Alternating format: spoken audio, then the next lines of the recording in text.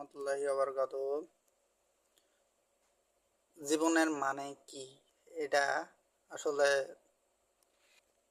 অনেক বড় প্রশ্ন। কারণ যখন মানুষ দুঃখ, দুর্দশা, কষ্ট, হতাশায় থাকে, তখন ওই জিনিসটার মানে সে তখন খোঁজে। জীবনের মানে কি? জীবনের মানে খোঁজার জন্য আসলে একটি হাদিস, এটা হচ্ছে বুখারী শরীফের প্রথম হাদিসটা হচ্ছে ইন্নামাল আমানুল বিনিয়াত, নিয়াতের উপর সকল কর্মের ফল, এবং সূরা হামিম সেজদার 53 নম্বর আয়াত, সময় হলে আমি আমার মহিমার নিদর্শন সমূহের বহির্জাত এবং তার অন্তর্জাত প্রদর্শন করব। বহির্জাত মানে একটা হচ্ছে মহাবিশ্বের বহির্জাত, মহাবিশ্বের বাহ্যিক রূপ, আর একটা হচ্ছে ভিতরের ইন্টারনাল, আপনার ভিতরের ইন্টারনাল যে যে যে ভিন্ন মাত্রার এক জগৎ আছে, সেই জিনিসটা প্রকাশ করা হবে। এর ফলে তাদের কাছে পরিষ্কার হয়ে যাবে কোরআন আসলে সত্য, মানে আল্লাহর বাণী সত্য। মৌলানা জালালউদ্দিন রুমি রহমতুল্লাহ আলাইহি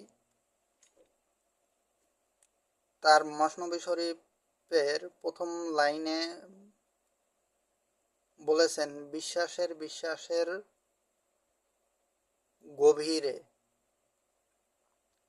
মানে একটা গাছের রুট, এটা আসলে কল্পনার জগৎকে নাড়িয়ে দেয়, যে একটা মানুষের বিশ্বাসের গভীরতাকে কল্পনার জগতে চিন্তা করায়। এখনই এই জায়গায় এসে জীবনের মানেটা আসলে কি? শিকড়ের মাধ্যমে একটি গাছ পুষ্টি পায়, বড় হয় এবং ঝড় বাদলের দিনে ঝড় থেকে রক্ষা করে। জীবনের মানে ইসলাম ধর্মে খুবই সোজা সাপটা বলা হয়েছে যে আমাদের সৃষ্টি করা হয়েছে ইবাদতের জন্য। জীবন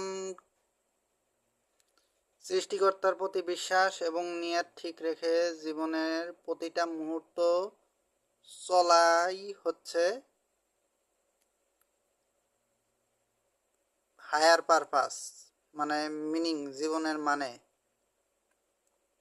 সৃষ্টিকর্তার প্রতি বিশ্বাস এবং নিয়ত ঠিক রেখে প্রতিটা মুহূর্ত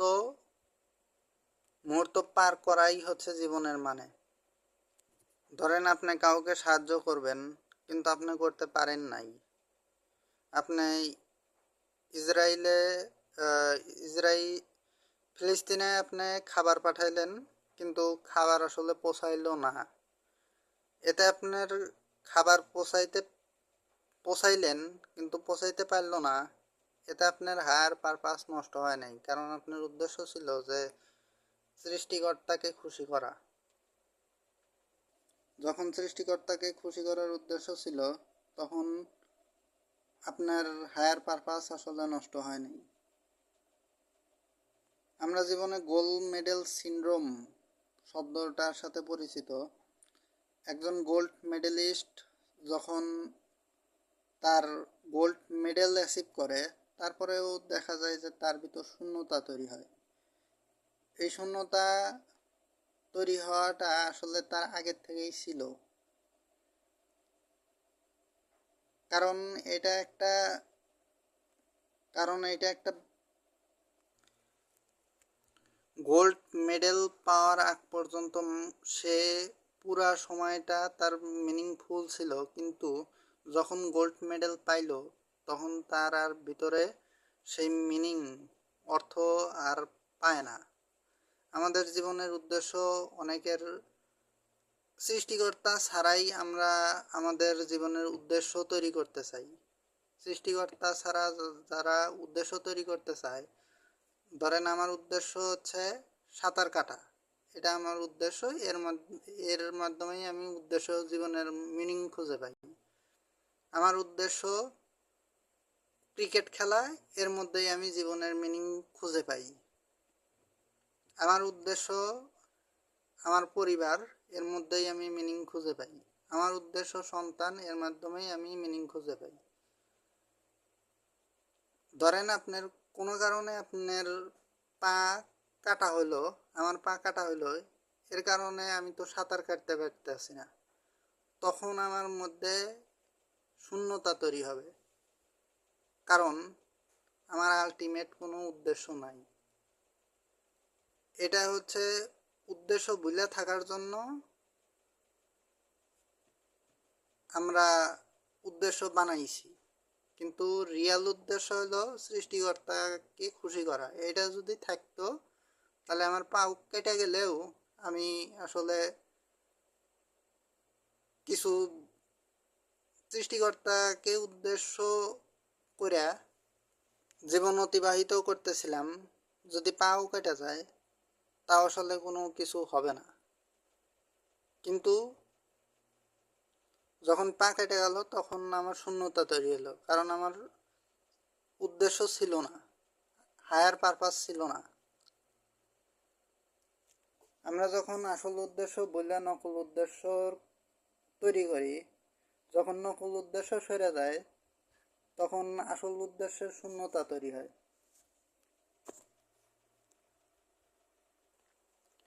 ইউনিভার্সিটির অ্যাডমিশন টেস্টে চান্স পাওয়ার পর কিছুকাল ছুটি ছিল, এর মধ্যে অনেকের মধ্যেই হতাশা তৈরি হয়েছিল, কারণ অ্যাডমিশনে চান্স পাওয়াটাই ছিল মূল উদ্দেশ্য। এর সাথে সৃষ্টিকর্তাকে খুশি করার উদ্দেশ্যটা জড়িত ছিল না। সৃষ্টিকর্তাকে খুশি করার উদ্দেশ্যে প্রতিটা কাজই ইবাদতে পরিণত হয়। জীবনের মিনিং খোঁজার জন্য ব্যাকগ্রাউন্ড আর একটা উদ্দেশ্য যদি না থাকে, মানে সৃষ্টিকর্তাকে খুশি করার উদ্দেশ্য যদি না থাকে, মানুষের মধ্যে শূন্যতা, হতাশা তৈরি হয়।